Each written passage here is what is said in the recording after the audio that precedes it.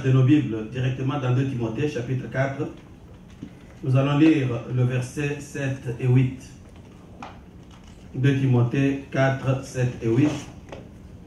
Et après, nous tournerons nos Bibles dans Exode, chapitre 14.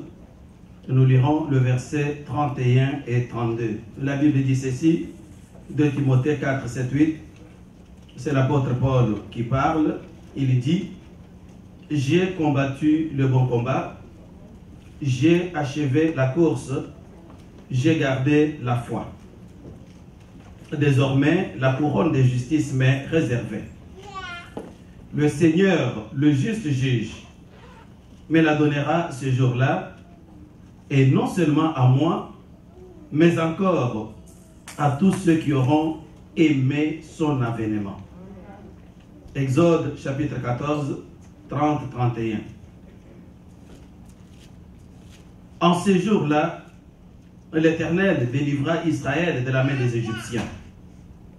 Et Israël vit sur le rivage de la mer les Égyptiens qui étaient morts. Israël vit la main puissante de l'Éternel que l'Éternel avait dirigée contre les Égyptiens. Et le peuple craignit l'Éternel, et il crut en l'Éternel et en Moïse, son serviteur. Nous allons prier. Seigneur, nous nous apprêtons à entendre ta parole. La Bible dit qu'ils seront tous enseignés de Dieu. Nous croyons sincèrement que cette parole est vérité. Donc, tu vas toi-même nous enseigner ce matin. Et je te supplie, au nom de Jésus-Christ, de disposer nos cœurs, de nous accorder un entendement spirituel, afin que nous puissions recevoir et accueillir ta parole avec foi. En ton nom, Jésus, nous t'avons ainsi prié. Amen. Amen. Le thème que nous allons exploiter ce matin a pour titre « J'ai gardé la foi ». Est-ce que vous pouvez dire à votre voisin « J'ai gardé la foi ». Très important. L'objectif poursuivi est justement de vous encourager à garder votre foi, peu importe ce qui peut vous arriver dans votre vie, surtout dans le siècle présent. La Bible raconte dans le livre d'Exode qu'après servitude des enfants d'Israël en Égypte, Dieu est apparu à Moïse sur le flanc du mont Horeb et il lui a confié la mission d'aller libérer son peuple de la servitude, d'aller libérer Israël de la main de Pharaon pour le conduire dans le pays de Canaan, selon la promesse qu'il avait faite à Abraham. Dieu ne voulait pas sortir ses enfants d'Égypte pour les laisser sur les rives de la mer Rouge. Son projet n'était pas de les sortir d'Égypte pour les abandonner dans le désert de Sinaï. Son projet était plutôt de les sortir d'Égypte et de les conduire dans le pays de Canaan, selon la promesse qu'il avait faite à Abraham. Je vais déjà ouvrir une parenthèse à ce niveau pour vous faire comprendre que la vie chrétienne est semblable à un voyage. Je dirais même que la vie chrétienne est un réel voyage. Et ce voyage nous conduit d'un point A à un point B. Et le point A ici représente le jour de notre conversion. C'est-à-dire, le jour où vous vous êtes converti à Dieu, vous vous êtes engagé dans un voyage. Alors que le voyage d'Israël avait pour terminus le pays de Canaan, notre voyage à nous chrétiens a pour terminus le royaume de Dieu. Il a pour terminus le paradis, la faveur de marcher ce jour-là dans le couloir du ciel. Mais entre les deux points, il y a quelque chose. C'est-à-dire, entre le point A de notre voyage jusqu'au point B, il y a la foi. Et nous devons vivre par la foi. Pendant ce temps, nous devons aussi comprendre que Dieu ne nous a pas conduits à la conversion pour nous laisser manger les hamburgers de Montréal. Nous devons comprendre que Dieu ne nous a pas appelés à la conversion pour nous amener quelque part en cours de route.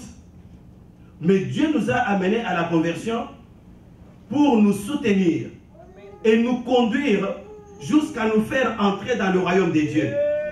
Je vais vous faire comprendre, mon frère, ma soeur, que le but ultime de votre vie, le but ultime de votre foi, ce n'est pas Montréal, ce n'est pas le Canada. Le but ultime de votre foi, c'est le ciel, c'est le paradis. La Bible nous apprend que lorsque Israël est sorti d'Égypte pour se rendre dans le pays de Canaan, la première chose impressionnante que Dieu a accomplie en leur faveur, la toute première chose, très très importante, c'est que Dieu est descendu lui-même au milieu de son peuple, de façon visible, par une colonne de nuée, qui s'est transformée en colonne de feu la nuit. La deuxième chose impressionnante que Dieu a faite lorsqu'ils sont sortis d'Égypte, alors que toute l'armée de Pharaon était derrière les enfants d'Israël pour les rattraper et les ramener encore dans la servitude, Dieu a séparé en deux les eaux de la mer Rouge et il a laissé un passage sec à ses enfants. Donc les enfants d'Israël ont traversé à pied la mer Rouge. Non seulement cela, lorsqu'ils sont arrivés de l'autre côté, les enfants d'Israël ont été capables de voir de leurs propres yeux les dégâts que Dieu avait causés dans le camp des Égyptiens. Ils ont été témoins oculaires, non seulement de la présence de Dieu, je dis bien témoins oculaires, c'est-à-dire ils se réveillaient et ils disaient Dieu est là. Et quand Dieu parlait à Moïse, la voix sortait de la colonne de nuée. Dieu était présent, il pouvait le voir si Dieu prenait la forme physique. Et non seulement ça, ils ont été eux-mêmes témoins oculaires. Je ne dis pas qu'on leur a rapporté. Eux-mêmes, ils ont vu comment la mer s'est séparée. Eux-mêmes ont marché sur le boulevard que Dieu avait tracé au fond de la mer. Eux-mêmes ont vu de leurs propres yeux comment Dieu a raffermé les eaux de mer et comment il a englouti l'armée de Pharaon. Et ils ont vu de leurs propres yeux combien de cadavres des Égyptiens jonchaient les rives de la mer Rouge.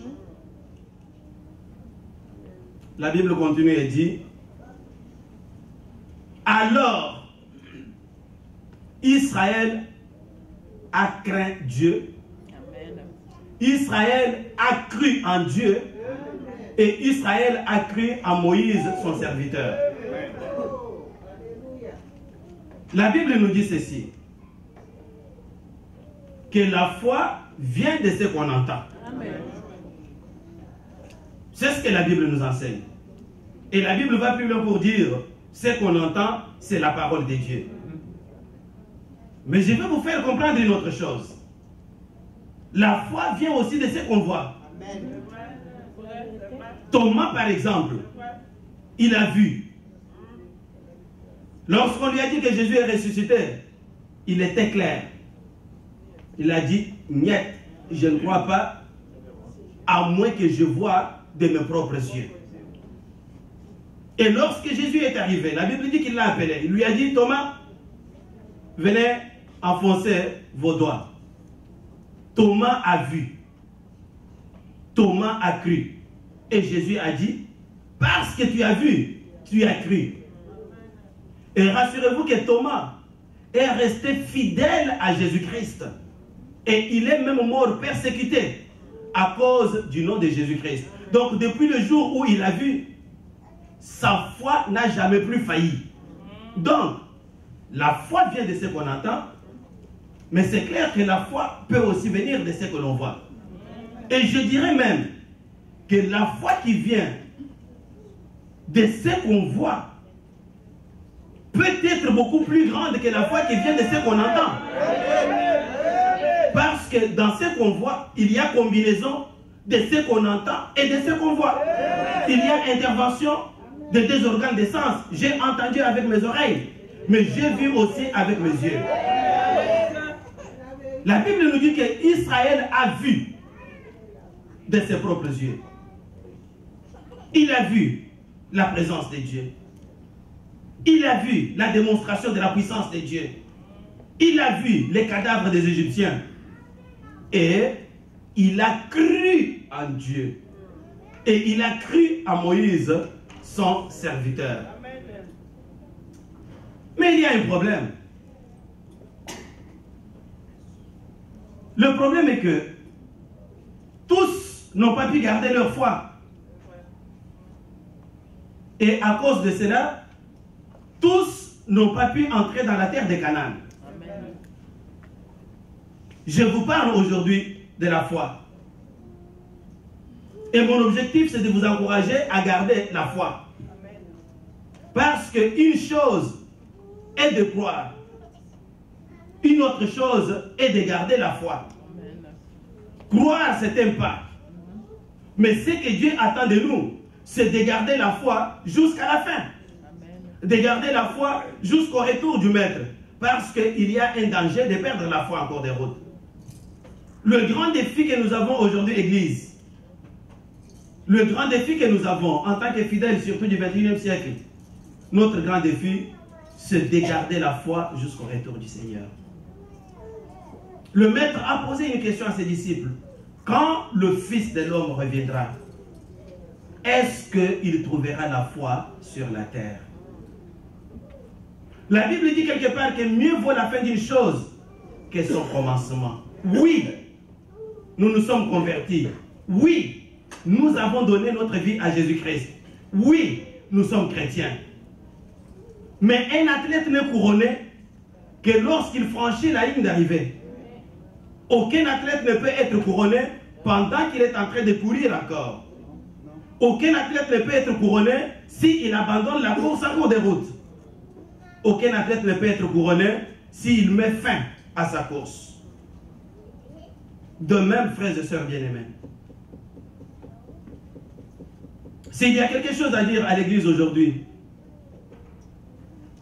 c'est de veiller sur la foi.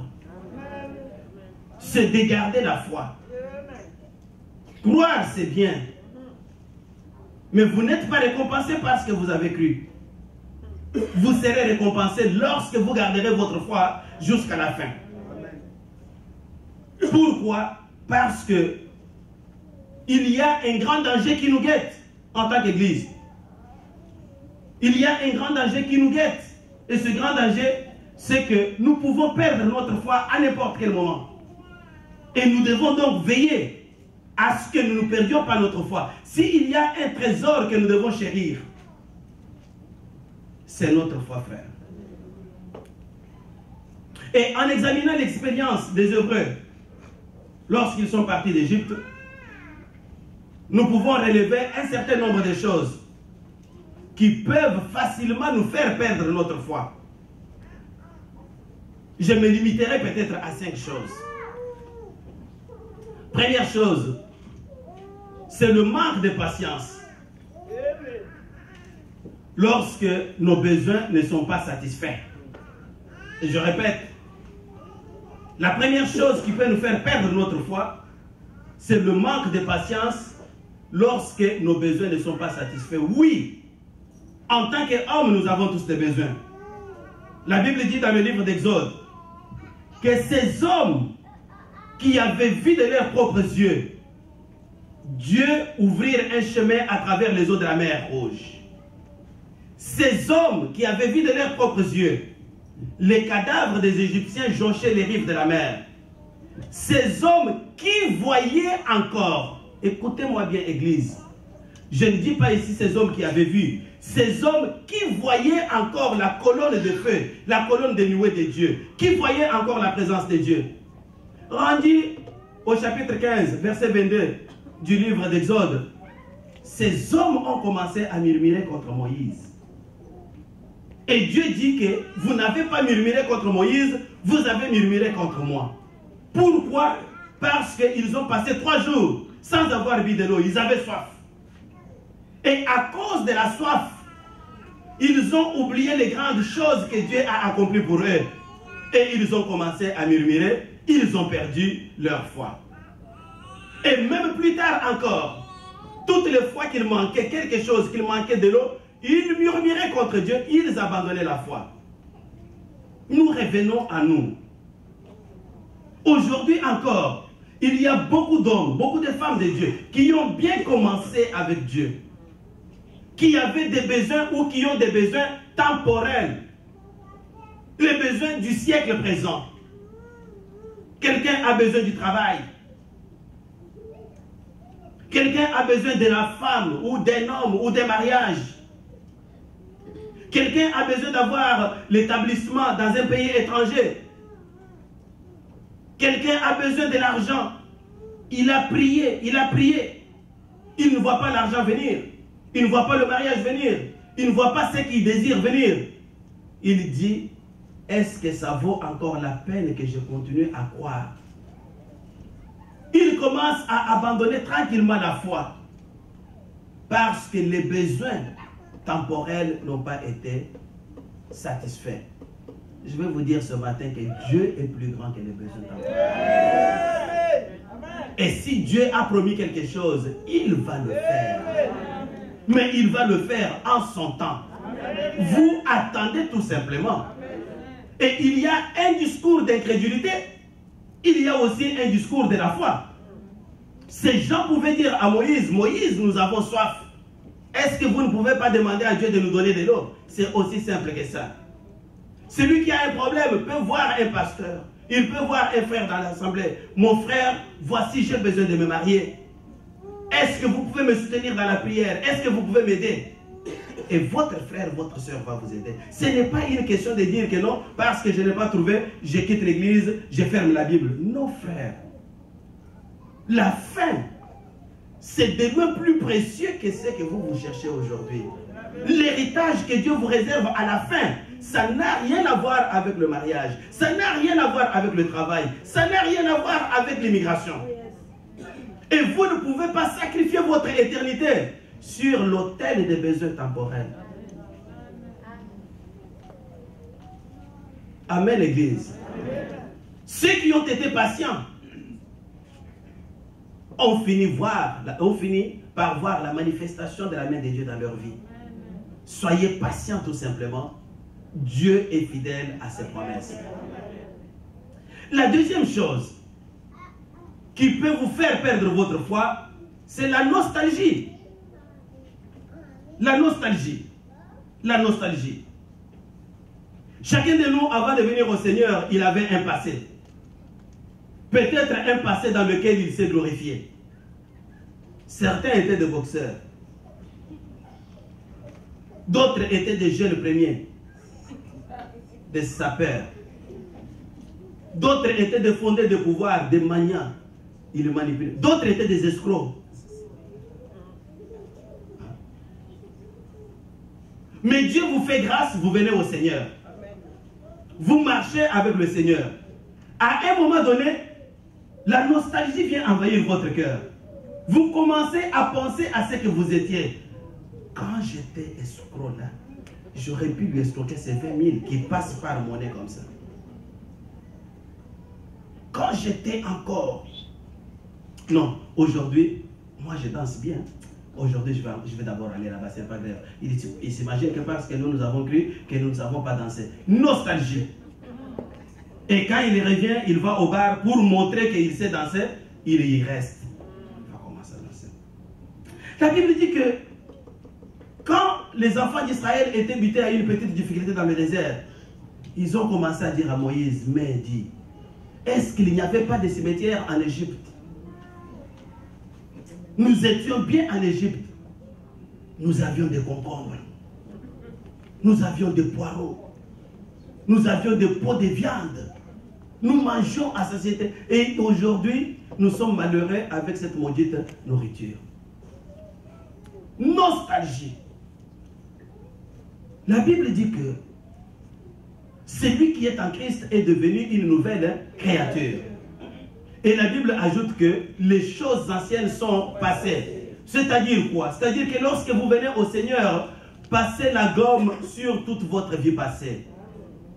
Paul dit que tout ce qui était pour moi comme un sujet de gloire, tout ce qui était pour moi comme un gain, toutes les choses dans lesquelles je me glorifiais, je les regarde aujourd'hui comme de la boue, à cause de l'excellence, de la connaissance de Jésus-Christ mon Seigneur. Amen. Mais si vous n'arrivez pas à regarder toutes vos prouesses passées comme de la boue, la nostalgie peut vous faire perdre votre foi. C'est ainsi que certaines personnes, quand ils se trouvent à l'église, il est chrétien. Quand il se trouve parmi les bandits, on sait qu'il est un grand bandit. Au point que lorsqu'on le voit à l'église, le bandit demande, ah oui, toi aussi tu es ici? Et il est en difficulté pour répondre. Il faut plutôt avoir été un bandit. Il faut plutôt avoir été un prostitué, une prostituée, mais être converti, être changé. Et lorsque quelqu'un va vous dire, mais toi tu étais prostitué, tu dis, oui, oui, c'est vrai. C'était le bandit d'antan, il était prostitué. Mais aujourd'hui, Dieu m'a recréé. Et je suis devenu une nouvelle personne, une nouvelle créature. Et même dans mon compte au ciel, la prostitution a été effacée. Je suis devenu un saint justifié par le sang de Jésus-Christ. Et là, nous serons capables de marcher jusqu'à la fin de notre course. Nostalgie, frère. Nostalgie, sœur. Oubliez les choses passées. La vie, en principe, se vit dans le présent. La vie ne se vit pas dans le passé. Vous ne pouvez pas changer votre passé. Il est passé, il a déjà eu lieu. Mais néanmoins, vous pouvez orienter votre avenir. Et la meilleure façon pour orienter votre avenir, c'est de marcher fidèlement avec Dieu et d'oublier complètement votre passé. Surtout si le passé a été pourri. Attention, la nostalgie pour ce que vous étiez hier peut devenir un poison pour votre foi. Ça peut vous faire abandonner votre foi. La troisième chose, c'est la taille de vos ennemis. C'est-à-dire la taille des difficultés auxquelles vous faites face. La taille des difficultés. La Bible raconte que ces gens qui avaient vu Dieu ouvrir un passage à travers la mer Rouge, ces gens qui voyaient la colonne des nuées au milieu d'eux, Moïse en a puisé 12 pour les envoyer explorer la terre de Canaan. Ils savaient que Dieu les a sortis d'Égypte pour les conduire jusqu'en Canaan. Ils étaient sûrs que nous allons hériter cette terre de Canaan. Mais lorsqu'ils vont explorer Canaan, ils donnent le rapport, il dit, un très beau pays, de beaux fruits. Et d'ailleurs, quand ils sont rentrés, ils ont amené avec eux des grappes de raisin pour montrer à Moïse, voilà, c'est très beau. Mais, nous avons vu là des gens que nous n'avons jamais vus.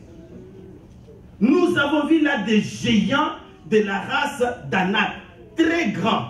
Moïse, lorsque nous étions devant ces hommes-là, nous avions la taille des sauterelles. Vous pouvez vous imaginer une sauterelle par rapport à un homme. Une sauterelle, il faut combien de sauterelles pour égaler le poids d'un homme? Il donne un double témoignage, il dit, à nos yeux et à leurs propres yeux, nous étions comme des sauterelles. C'est-à-dire quoi? Quand nous les regardons, nous étions petits comme des sauterelles. Quand eux aussi nous regardaient, ils confirmaient que ça, ce sont des sauterelles que nous pouvons broyer à la main. 10 sur 12. Et ils ont dit au peuple, ça c'est un pays qui dévore les gens. Nous ne pouvons pas y aller.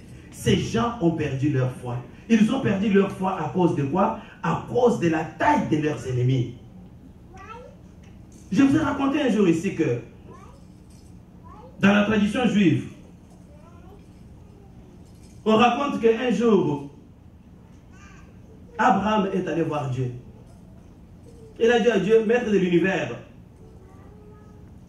j'ai considéré ma situation, j'ai considéré ma condition à la lumière des données scientifiques et j'en suis arrivé à la conclusion que moi, je ne pourrai jamais avoir des enfants. Et la même tradition dit, Dieu lui a répondu, oublie ta science. Pourquoi? Parce que moi, je suis capable d'opérer au-delà de ce que la science dit. Amen. Et pour preuve, Abraham a eu Isaac de Sarah. Ceci pour nous faire comprendre que c'est bien vrai. Nous pouvons faire face à des géants.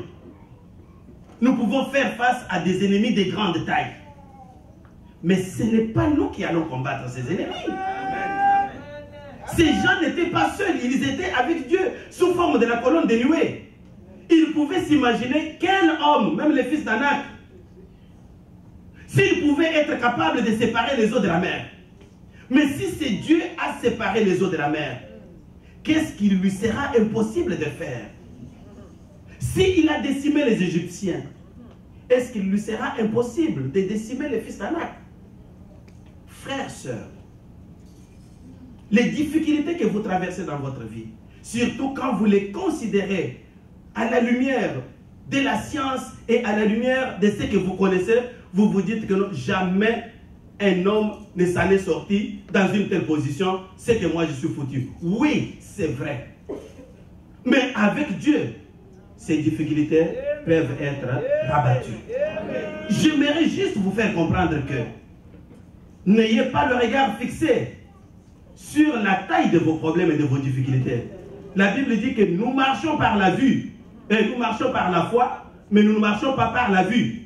Qu'est-ce que cela veut dire? Cela veut dire que si nous regardons, nous marchons, nous conduisons notre vie selon ce que nous voyons, nous ne pouvons pas faire des grands pas. Mais si c'est par la foi que nous marchons, même les barrières seront démolies et nous passerons. Il y a des gens dans cette salle qui ont expérimenté la foi même pour se retrouver ici aujourd'hui.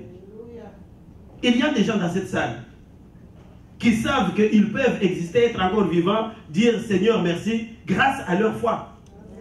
Et que s'ils regardaient les données de la science ou la taille de leurs difficultés, ils ne pouvaient jamais espérer vivre encore même un jour de plus.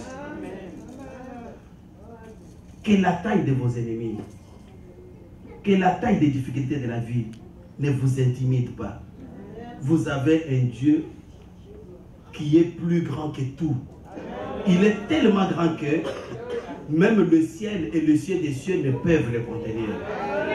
La Bible dit de ce Dieu que rien n'est impossible à lui, à ses yeux. Il est le Dieu d'Abraham, le Dieu qui donne la vie aux morts. Même aux cadavres sans vie, il est capable de redonner la vie à ce mort-là. Il est le Dieu qui appelle les choses qui ne sont point comme si elles existaient. Il parle et la chose existe. Nous devons continuer à lui faire confiance parce qu'il est un grand Dieu. Bref, que la taille de vos problèmes, frères, ne vous intimide pas. Dieu est fidèle et Dieu est vivant. La quatrième chose qui peut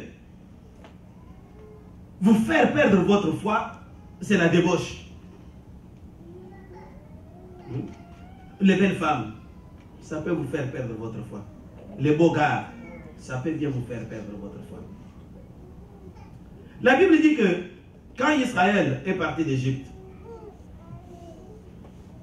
ils sont arrivés dans le pays de Moab. Et vous connaissez ce que la Bible dit de Moabites.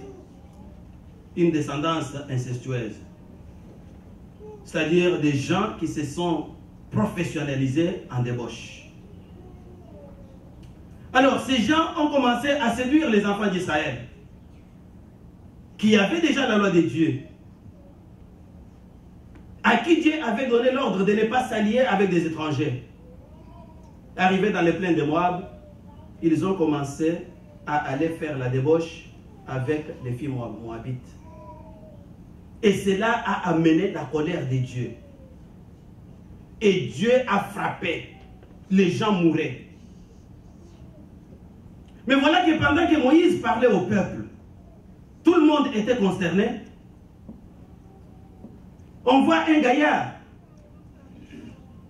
du nom de Zimri qui vient avec une Madianite, une femme Madianite, au vu et aussi de tout le monde, bras dessus, bras dessous, une étrangère, et qui a eu le courage de traverser le peuple jusqu'à entrer dans sa tente pour commettre la débauche avec cette femme étrangère, alors que les gens sont en train de mourir dans le camp à cause de la débauche, et Dieu est en train de déployer sa colère. Moïse a regardé, tout le monde a regardé. Voilà qu'il y a eu un jeune homme du nom de Phiné, petit-fils d'Aaron, il était fils d'Éléazar, fils d'Aaron, qui a été frappé d'une violente colère, qui n'a rien demandé à Moïse. Il a pris sa lance, il est entré jusque dans la case des Zimri, il l'a poignardé, il l'a percé au bas du ventre, et lui et la femme, il les a tués sur le champ.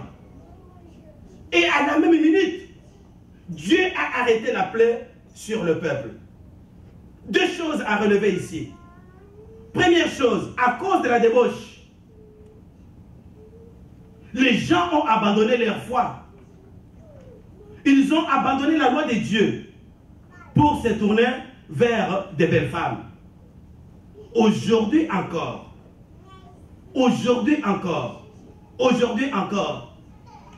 il y a quantité d'enfants de Dieu, même quantité de serviteurs de Dieu, qui ont abandonné la foi à cause des belles femmes ou à cause des beaux gars.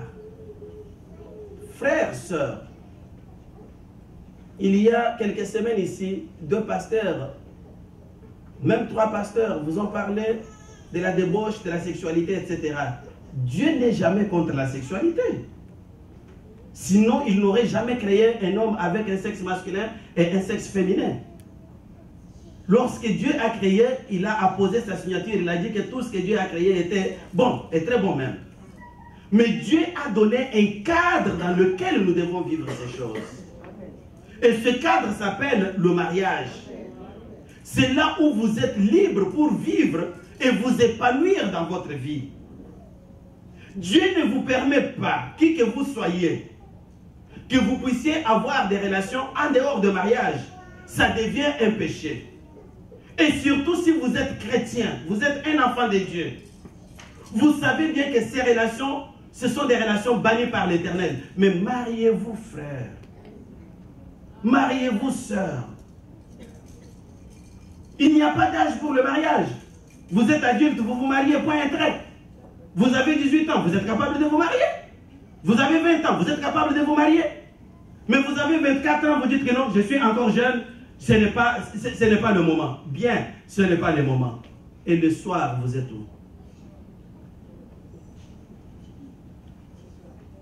L'ami ne peut pas vous voir. Papa ne peut pas vous voir. Maman ne peut pas vous voir. Mais Dieu vous voit. Celui qui donne la vie éternelle, c'est Dieu. Ce n'est pas un pasteur. Dieu vous voit. Il est le juste juge. Il sonde. Frère, vous êtes en train de vous frayer vous-même un chemin pour l'enfer. Et l'enfer est une réalité, mes amis. Si vous ne croyez pas à l'enfer, je vais vous dire ce matin, l'enfer est une réalité. Vous avez besoin de vivre ce plaisir. Mariez-vous. Point un trait. Vous avez 18 ans. Mariez-vous. Ce n'est pas qu'un garçon vient te changer, vient t'épouser. Oh non, non, non, moi je vais encore faire la vie. Faire la vie, c'est quoi?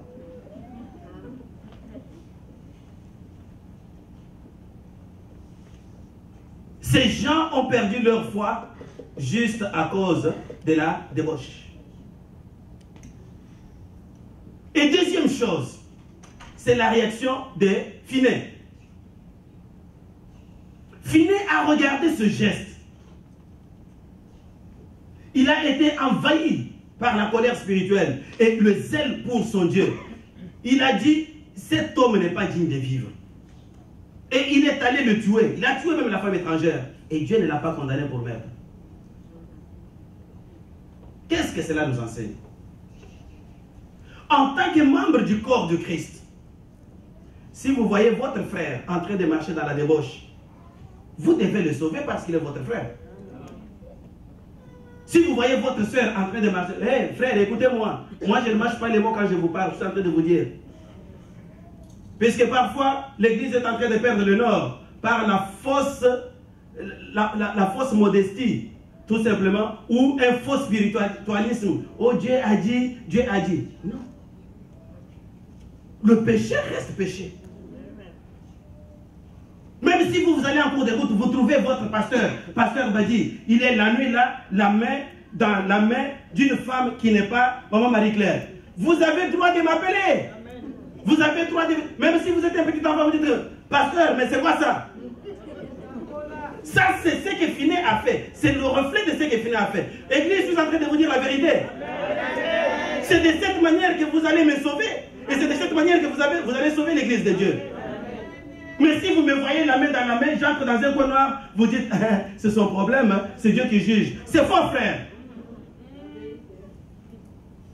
La Bible dit que parce que vous êtes environné d'une si grande nuée de témoins, prenez note que vous devez vous conduire avec circonspection. Amen.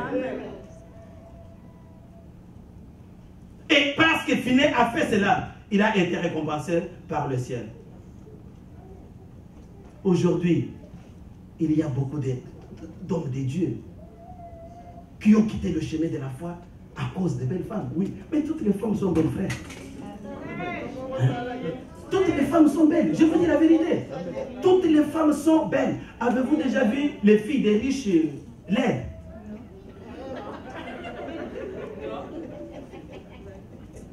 Vous pouvez la regarder avec une tête qui est comme ça, mais on soigne cette tête-là. De belles mèches, une belle jupe, quand elle passe là-bas, vous l'enviez. Mais elle-même, j'en connais une. Je pense que mon épouse en connaît aussi une. Mais je ne peux pas faire de commentaires ici. Lorsqu'on grandissait en la regardant, rassurez-vous, bon, que Dieu me pardonne là. Rassurez-vous que Dieu me pardonne là.